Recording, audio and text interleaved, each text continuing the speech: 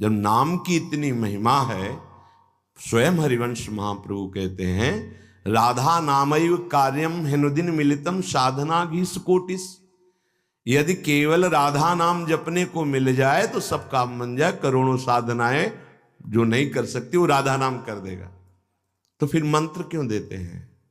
मंत्र देते स्वरूप प्राप्ति के लिए, आत्म स्वरूप में भाव स्वरूप का प्रादुर्भाव हो जाए। ये जो बीज मंत्र है निकुंज का, निज मंत्र, जितना आप जपोगे उतने आपका स्वरूप प्रकाशित होता जाएगा। अब पाए रतन चीन्ह्यो नहीं, दीन्ह्यो करते डारी, ये माया श्री कृष्ण की मोहे सब संसार। इतना महामहिम दिव्य स्वरूप प्रकाशित करने वाला आपको मंत्र प्राप्त है, आप उसमें टिक ही नहीं रहे। आप बाहर भ्रमण कर रहे हैं भोगों के चिंतन में, शरीर के सुख चिंतन में, और जबकि महासुख का पिटारा आपको मिल गया है, बस खोलना है उसको। जितना आप मंत्र की आवृत्ति करेंगे उतने ही आपका देह भाव विस्मरण होकर स्वरूप स्थित हो जाएंगे। मान लीजिए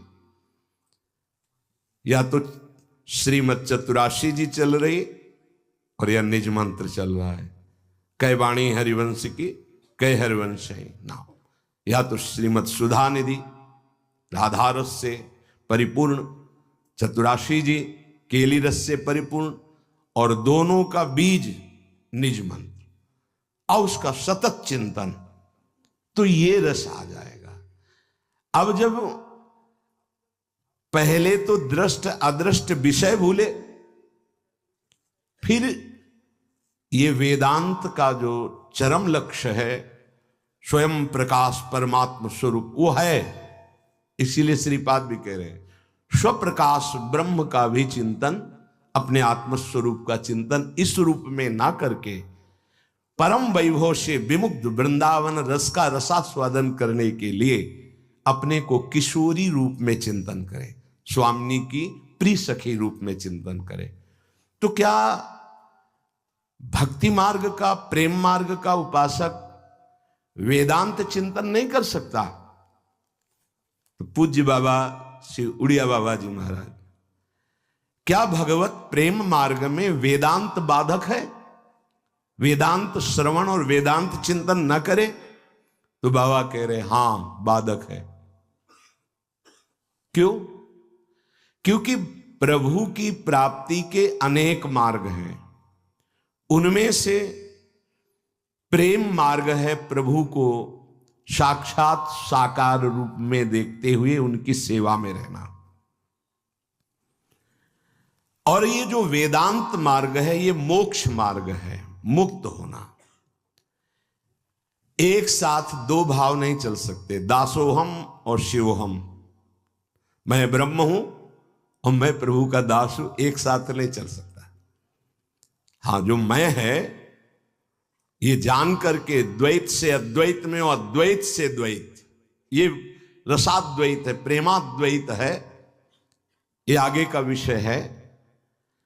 पर अगर वेदांत श्रवण करेगा तो भक्ति फिर नहीं रह जाएगी, क्योंकि भक्ति में दासत्व मुख्य होता है। मैं प्रभु का दास हूं। तो प्रभु कौन है? जब एक ही तत्व है, हां एक ही, सर्वान वस्तुतया निरीक्ष, ये तो आचार्य चरण भी कहते हैं, जैसे वेद कहता सर्वम खलमिदम ब्रह्म। अब सर्वत्र ये अनुभव होकर के ममता श्यामा श्याम के चरणों में, समता संपूर्ण विश्व में, समता सब संसार में और ममता नित्य विहार में, और उसी ममता में एक ही परम परमानंद रस तत्व प्रिया प्रीतम वृंदावन सहचरी, इसके रूप में खेल रहा है। अब हम घसीटे गए हैं प्रेम रस में, नहीं तो काशी विश्वनाथ जी का तो यही रस है, स्वप्रकाश स्वयं आत्म स्वरूप में स्थित होना। तो चुन चुन के प्रियाजों ने घसीटा आप सबको। अब हमको इधर उधर मन नहीं देना, अब हमको प्रियालाल में मन देना है। अगर हम वेदांत श्रवण करेंगे, मैं ब्रह्म हूं, शिवोहम सोहमअस्मि, अयम आत्मा, तो हम प्यारी जी की दास्ता कैसे प्राप्त कर पाएंगे? तो क्या भक्त को यह ज्ञान नहीं होता, होता है। स्थूल सूक्ष्म कारण तीनों का त्यागी भक्त होता है, ऐसे ज्ञानी होता है। ज्ञानी स्वरूप बोध करके मोक्ष को प्राप्त हो जाता है और ये स्वरूप को भाव में ले आता है। दास्य भाव, सख्य भाव, वात्सल्य भाव, गोपी सहचरी, उस भाव से, वो भाव दे से जिनका चिंतन किया जैसा वहीं पहुंच जाता है। कैलाश, साकेतपुरी, गोलोक धाम, वृंदावन धाम, जैसा चिंतन किया है वही आत्मस्वरूप, एक ही ब्रह्म, धाम के रूप में, धामी के रूप में, वहां के पार्षदों के रूप, एक ही है, दो नहीं है। तो प्रभु के पाने के मार्ग बहुत से हैं। आपको जो मार्ग मिला है, आप अपने मार्ग में चले तो बहुत जल्दी आपको भगवत प्राप्ति हो जाएगी। इसलिए तो ऐसा भजन तो बनता नहीं है कि भगवत प्राप्ति हो जाए। हां, इसीलिए नहीं बनता कि आप भगवत प्राप्ति करना नहीं चाहते। ऐसा बनेगा कैसे? भजन में आसक्ति होने से। तो भजन में आसक्ति कैसे होगी?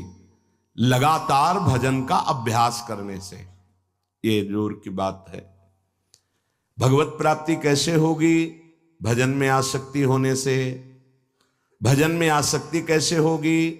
लगातार भजन का अभ्यास करने से। बिल्कुल पक्का भगवत प्राप्ति है इसमें। भगवान भी कह रहे हैं, अभ्यास योग युक्तेन चेतसा नान्यगामिना। अगर आपने ऐसा अभ्यास बना लिया कि नाम मंत्र से आपका मन हटा ही नहीं, तो बहुत जल्दी भगवत साक्षात्कार हो जाएगा। लगातार जो भजन करने की आसक्ति पैदा करता है, उसकी भजन में आसक्ति हो जाती है। और जो बिना भजन के परम पद प्रेम प्राप्त करना चाहता है, वो मूर्ख है। पूज्य बाबा कह रहे, वो मूर्ख है बिना भजन के। जैसे प्रायः सत्संग में कहते हैं कि आखिरी चिंतन करो कि तुम्हारे पास क्या जाएगा, मरना तो है ही। किसी ने कहा मरना तो है, मौज लेके मरेंगे, ऐसे कैसे मरेंगे? यह है मूर्खता। मूर्खता क्या प्रेरित कर रही? मरना तो है, मनमानी आचरण करके मरेंगे ना। वो समझता है मरने के बाद सब झंझट खत्म। नहीं, मरना कोई झंझट खत्म नहीं है। मरने का मतलब जो आपको अवसर मिला था मानव देह का, वो छिन गया, अब अन्य योनियों में जाओगे। तो ऐसी कमाई करो कि अन्य योनियों में जाना ही ना पड़े। आप अपने निज घर में आ जाओ, भगवत धाम में आ जाओ, आप अपने निज स्वरूप को प्राप्त हो जाओ। तो लगातार भजन करने से भजन में आसक्ति होती हो। भजन में जिसकी आसक्ति हो गई उसको भगवत प्राप्ति हो जाती है। जो भजन नहीं करना चाहता, परम पद चाहता है या प्रेम चाहता है या सुखी होना चाहता है, वो मूर्ख है। उसे कभी ऐसा प्राप्त नहीं हो सकता, न प्रेम, न परम पद, न परम सुख। क्या करे? ये मन बार बार संसार के भोगों में जाता है, इसीलिए भजन में नहीं लगता। तो भजन में आसक्ति नहीं होती। क्या करें? मन तो विषयों में जाता है। पूज्य बाबा कह रहे हैं, हां हां, लोहे से लोहा काटा जाता है, ऐसे ही चिंतन से चिंतन काटा जाता है। बहुत सूक्ष्म बात है, अगर समझ पाओ। जैसे लोहे की छेनी से लोहे के हथौड़े का प्रहार और किसी भी लोहे को काट दो, ऐसे ही लोहे से जैसे लोहा काटा जाता है, ऐसे चिंतन से चिंतन काटा जाता है। जब हमारा सांसारिक भोगों का चिंतन हो रहा है, उस समय भगवत चिंतन से हम काट रहे हैं उसे। बार बार बताया है कि यदि नाम जब चल रहा है, आपका चिंतन गलत हो रहा है, तो कुछ नहीं कर पाएगा। तुम्हें चिंता नहीं करनी, नाम का फल तो मिलेगा ही तुम्हें। और जो मन गलत चिंतन करा रहा है, वो उसका प्रभाव नहीं पड़ पाएगा हृदय में। आपका हृदय निर्मल रहेगा, गंदा नहीं हो पाएगा। चिंतन से चिंतन काटो, आसक्ति से आसक्ति को काटो। गुरु की आसक्ति, इष्ट की आसक्ति, नाम की आसक्ति, धाम की आसक्ति से शरीर की आसक्ति को काटो, भोगों की आसक्ति को काटो, परिवार की आसक्ति को काटो। भगवत चिंतन से भोगों के चिंतन को काटो। बहुत सुंदर उपाय बता रहे हैं महापुरुष जन, यदि पकड़ पाओ। ज्यों ज्यों आपके अंदर भोगों का चिंतन की आसक्ति प्रकट हो, त्यों त्यों नाम मंत्र इनकी चिंतन की वृत्ति से उसे काट दो, कट जाएगा। पक्का विश्वास करो। उस समय आपको नहीं दिखाई दे रहा, आपके अंदर काम का विचार चल रहा है, क्रोध का विचार चल रहा है, मोह का विचार, परिवार का विचार चल रहा है। अब आप उस समय राधा राधा राधा, अब वो संस्कार नहीं डाल पाया और खत्म हो गया। ये महापुरुषों के अनुभव तुम्हें भले अनुभव भी ना हो, लेकिन चलना ऐसे ही पड़ेगा। भगवत चिंतन, भगवन नाम चिंतन, भगवत गुण चिंतन के प्रभाव से माया गुण, माया नाम रूप, इसके चिंतन को काटना है। ज्यों ज्यों तुम्हारा नाम मंत्र में आसक्ति बढ़ती जाएगी, त्यों त्यों संसार की आसक्ति मिटती जाएगी। फिर आप देखेंगे अपने आप से आनंद की उफान आएगी। हे, किसी को फिर समझाना नहीं पड़ता कि भजन करो। जैसे भूखा आदमी एकांत में अपना पेट भरने में लगा रहता है, अच्छे अच्छे पदार्थ खाने, ऐसे ही वो भगवान के नाम को ऐसे जपता है जैसे बहुत जन्मों का भूखा, एकदम एकांत में तन्मय होकर डूबा हुआ।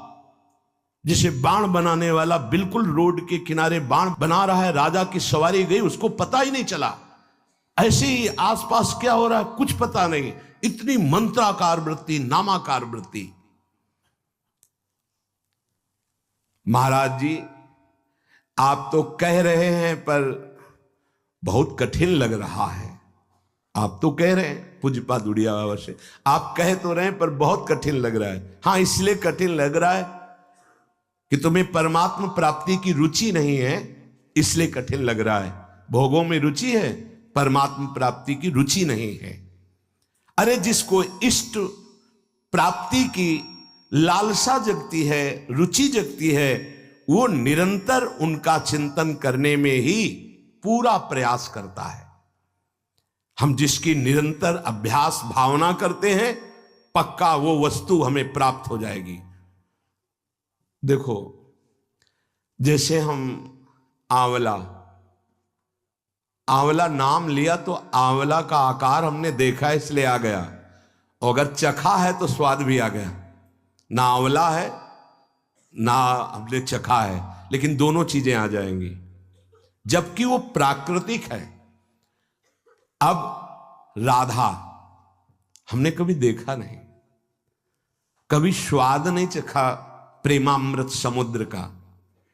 अब ये नाम की पूरी एकाग्रता, तो ये वैसे ही रूप ले आएगा और वैसे ही रसास्वादन आपको कराने लगेगा। पर पहला इस नाम का प्रभाव होता है पाप और पाप प्रवृत्ति का नाश, इसलिए धैर्य रखना। बिल्कुल जैसे आंवला कहते हैं, आंवला सामने झलकने लगता है और उसका स्वाद आने लगता है, ऐसे एक दिन स्वामिनी जी का रूप झलकेगा और स्वामिनी जी के चरणों का प्रेम रसास्वादन होने लगेगा। विश्वास कीजिए। महाराज, ये तो दिव्य दृष्टि की बात कही आपने कि नाम जपते ही रूप प्रकाशित हो गया और रूप देखा तो दिव्य दृष्टि से देखा जाएगा। तो ये दिव्य दृष्टि कब प्राप्त होती है? मतलब भजन करें तो कितना नाम जप करें जिससे दिव्य दृष्टि प्राप्त हो जाए। तुमको इससे मतलब नहीं, तुमको सिर्फ हर श्वास भजन करना है, ये नियम लो। ऐसा बाबा ने क्यों कहा? संख्या क्यों नहीं बोली? क्योंकि ऊब जाओगे। पक्का कहा था कि इतने में तो दिव्य दृष्टि जागृत हो जाएगी, श्री जी के दर्शन हो जाएंगे, झंझट खत्म हो जाएगी, हर विकार से छूट जाएंगे। इसीलिए सच्चाई ये है कि आपके कितने पूर्व संचित जमा हैं आपको नहीं पता है, आपका कितना नवीन पाप एकत्रित हो चुका है आपको नहीं पता है, लेकिन उस प्रभु को पता है जिसका हम नाम जप कर रहे हैं। अब जितना नाम जप करते जाएंगे वो साफ होता चला जाएगा। अब किसका कितना है इसलिए नंबर नहीं बताया जा सकता, संख्या नहीं बताई जा सकती। इतना संख्या पूरा करो, इतना नंबर अंक पूरा करो, आपको भगवान की प्राप्ति हो जाएगी। ये लगाने के लिए भले बोल दिया जाए, हो सकता है आपका आर्त भाव से पुकारना करोड़ों नाम के बराबर हो जाएगा। इसलिए इसकी संख्या नहीं बोली बाबा ने, जैसे बोले कि 3.5 करोड़ नाम जप कर लो। अगर आपका भाव नहीं बन रहा है, 3.5 करोड़ नाम जप कर रहे हो, तो पहले पाप नष्ट करेगा, भाव बनाएगा, क्योंकि बिना भाव के भगवान का साक्षात्कार नहीं होता।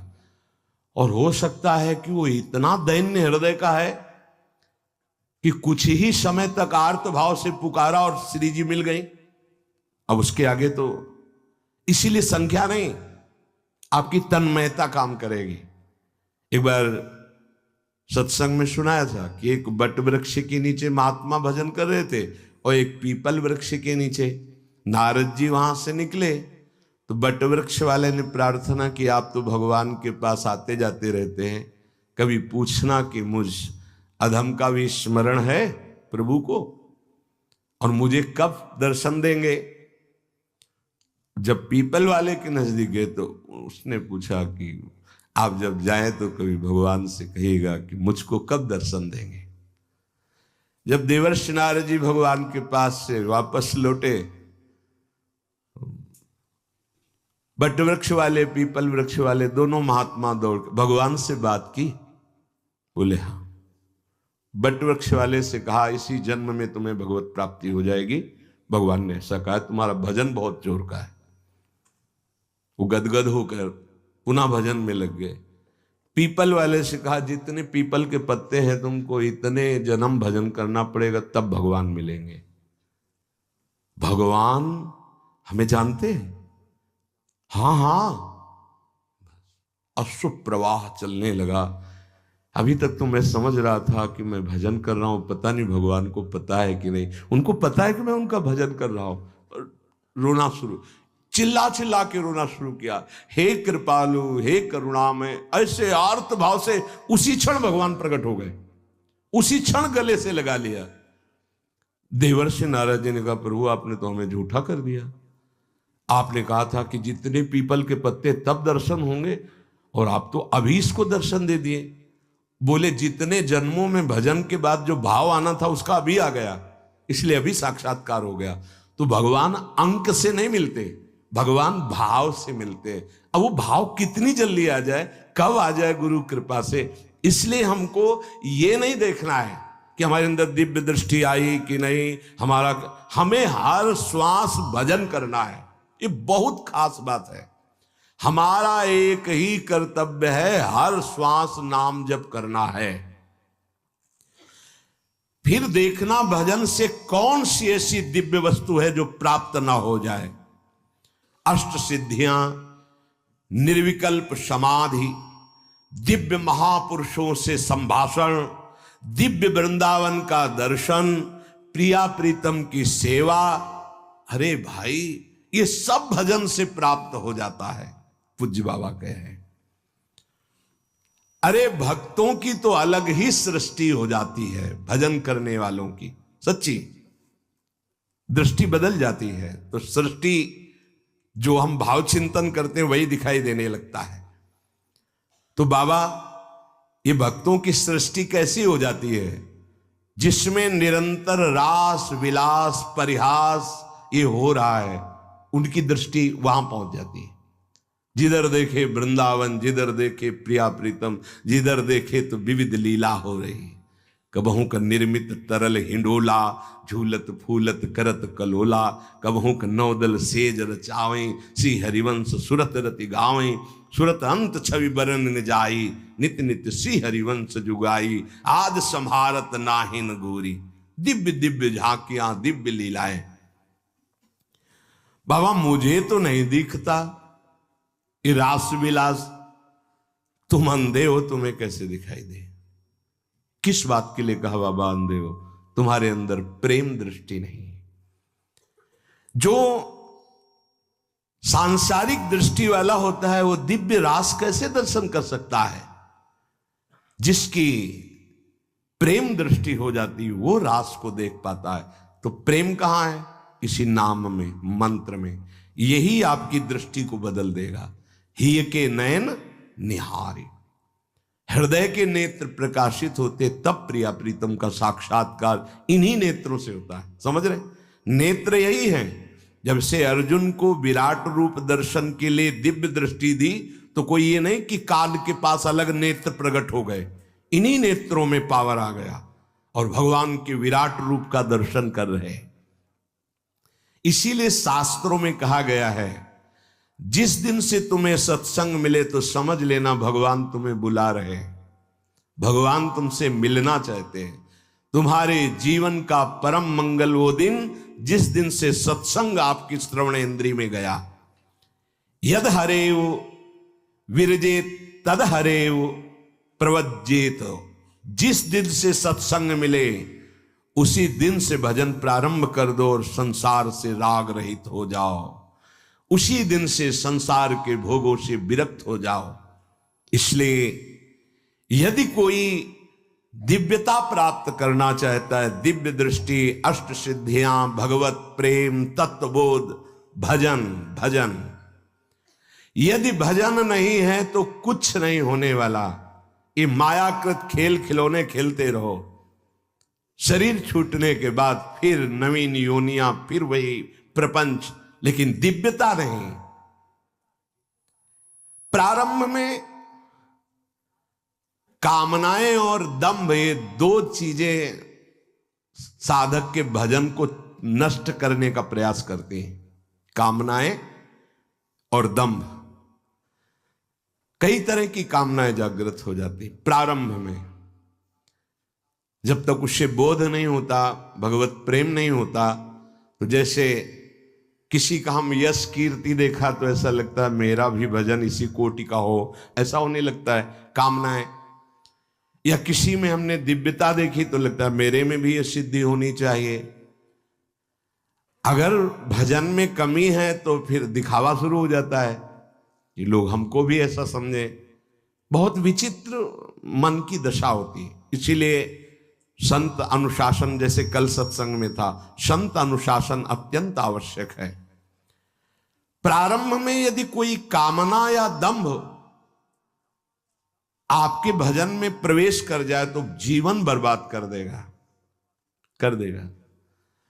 फिर दिखावटीपना, बहुत शास्त्र विरुद्ध आचरण होने लगते हैं। क्या होता है, सीधे हम अपने को अवधूत साबित करना चाहते, सिद्ध कोटि का। अवधूतों महापुरुषों का जीवन आप शास्त्र में पढ़ के देखिए किस कोटि की स्थिति है। कहीं भी विरुद्ध आचरण नहीं मिलेंगे, कहीं भी मनमानी आचरण नहीं मिलेंगे।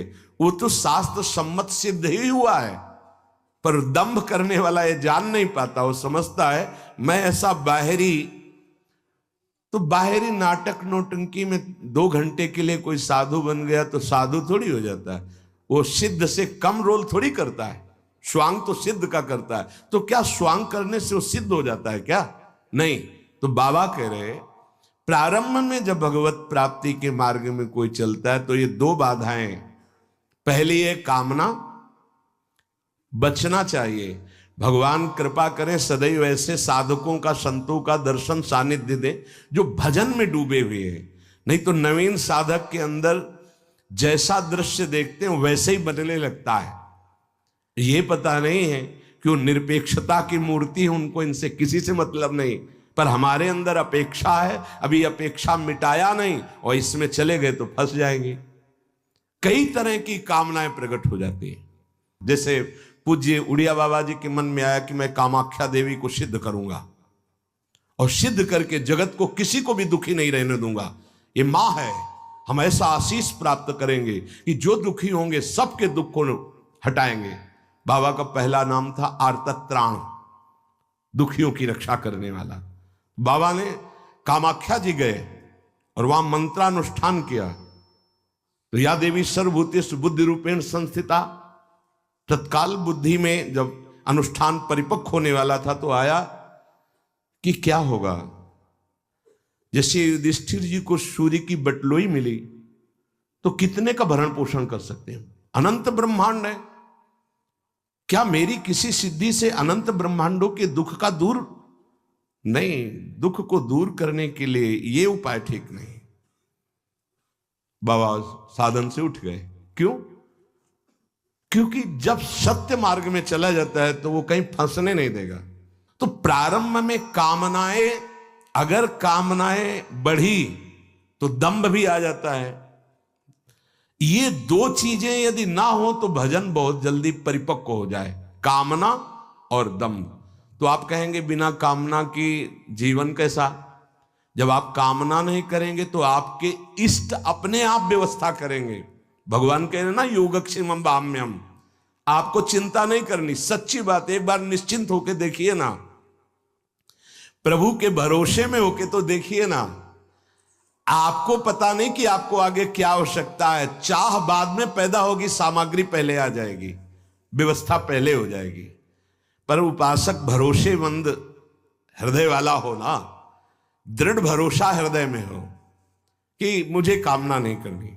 देखेंगे कैसी परिस्थिति आती है, प्रभु देखेंगे। दूसरा दम्भ, जो अंदर है नहीं वो नहीं करना चाहिए। जैसे 4 लोग दर्शन करने के लिए आ रहे, वैसे तो ऐसे बैठे थे, ये दम्भ कहा जाएगा। आप क्यों संभले? यदि संभले बैठे होते तो संभले होते। दर्शन करने आ रहे हैं, बोल ये क्यों किया, क्यों किया? अगर ऐसे ही बैठे होते तो ऐसे ही बैठे होते, जैसे थे वैसे ही, कोई नाटक नहीं, दम्भ नहीं। अरे माला लो जल्दी, माला गए से माला डाल के से बैठ गए। कोई भी बनावटी, कोई भी दिखावटी पना साधक के जीवन में नहीं हो। बाबा बहुत उच्च कोटि के महापुरुष। प्रारंभ में साधक को ये 2 बाधाएं ज्यादा सताती हैं। साधक को पहले तो सब बाधाएं बाधाएं, जब साधना में चला तो 2 बाधाएं, एक कामना किसी सिद्धि आदि की, और या एक दंभ दिखाने आदि का। महापुरुषों का जीवन बड़ा निरपेक्ष पाया गया। हम बार बार उनका स्मरण करते हैं, उनके चरणों की वंदना करते हैं। पूज्य स्वामी श्री सुरेशानंद जी महाराज तरी गंगा के किनारे, वो नैमिषारण की मंडली कुछ दिन साथ रहे, तो मंडली के सहित गए और इतने आनंदित, दिगंबर रहते थे। जब कोई माता बहन आ जाती थी तो एक अचला ऐसे डाल लेते थे, ऐसे बस, पूरा प्रकृति का वार खुले शरीर से सहते। धन्य है ऐसे महापुरुष, मतलब हृदय आनंदित हो जाता है उनका स्मरण करके। और सब संतों को गुरुजी बोलते थे, आओ गुरुजी, आओ गुरुजी। सब बैठे, गांव के लोगों को बुलवाया, पुआ, गुलगुला, खीर, कचौड़ी ऐसे पदार्थ बनवाए, खुद परोसते जा रहे हैं। और हमारी नवीन अवस्था तो महापुरुषों पर दृष्टि रहती थी, उनके आचरण, उनका बोलना, उनका देखना, उनका बैठना, क्योंकि खोज थी हृदय में कि बड़े महापुरुषों का कैसा आचरण होता है, कैसा चिंतन होता है। खूब सबको बार बार, अरे आप और लीजिए और लीजिए, सबको पाया, पा लिए। सब तो अपने अपने आसन पर विराजमान। हमारे की महाराज जी का निवास स्थान कहाँ है? तो कहा वो यहाँ तो नहीं, वो पीछे गुफा है उसमें रहते हैं। उनका जाने में कोई निषेध तो नहीं। बोले संतों के लिए क्या निषेध है? चुपके से गए, शाम के गए थे, तो वही 8 बजे लगभग प्रसाद सबको मिला। अंदर गए तो अंदर जो दृश्य देखा, होश उड़ गए। दिगंबर, ठीक कुशासन, कुछ नहीं, केवल कुशासन, और हाथ में भरता आलू आदि का जो भी हो, और 2 रोटी हाथ में से, कोई पात्र नहीं, कोई वस्त्र नहीं। हमारे होश उड़ गए कि गुलगुला, पुआ, खीर ये सब संतों को पवा के महाराज जी ऐसे। तो कहा महाराज, वो आओ आओ गुरुजी, ऐसे सब संतों को गुरुजी कह। महाराज जी ये क्या, हम लोग तो जवान साधु हैं, आपने खीर पुआ और सब पवाया, आप 2 रोटी और भरता आप ऐसे। अरे गुरुजी हमारे नसीब में कहाँ है लिखा है? वो कह रहे थे हमारे नसीब में कहाँ लिखा है? बोले देखो गुरुजी, हम तो छोटे बच्चे साधक हैं ना, साधना ऐसे। उन महापुरुषों का चरित्र जो उम्र 75 वर्ष की लगभग, सिद्ध महापुरुष क्या कह रहे, हम तो छोटे बच्चे साधक हैं, अगर हम खीर पुआ पाएंगे तो, मतलब क्या कह रहे, उपदेश कि अभी छोटे बच्चे हो, खीर पुआ में मत फंसो। पूरा जीवन भगवदानंद में तृप्त ऐसे महापुरुष, दैन्यता की मूर्ति, कोई पाखंड, कोई दंभ, कोई छुपाव, खुला उनका जीवन, किताब की तरह खुला पवित्र जीवन। इसीलिए साधक को प्रारंभ में 2 से सावधान रहना चाहिए। पहला कामना और दूसरा दंभ। दंभ माने दिखावटीपना नहीं होना चाहिए। किसी भी स्थिति जैसे आप हैं। अच्छा, कोई राजी भी हो गया तो क्या देगा? नाशवान वस्तु। इसके लिए तुम निकले हो, वो तो तुम्हारे प्रारब्ध में होगी, तुम्हारे इष्ट अपने आप दे देंगे। तुम्हें दंभ करने की जरूरत क्या है? दंभ का स्वयं विरोध करे, नहीं तो साधु संग का प्रभाव नहीं पड़ेगा। और दंभ साधु संग से भी आपको विमुख कर देगा, हटा देगा। वास्तविक भजन तभी होगा जब दंभ और कामना दो पर हमारी दृष्टि रहे कि ये हमारे अंदर ना आने पावे। दिखावटीपना और कामना,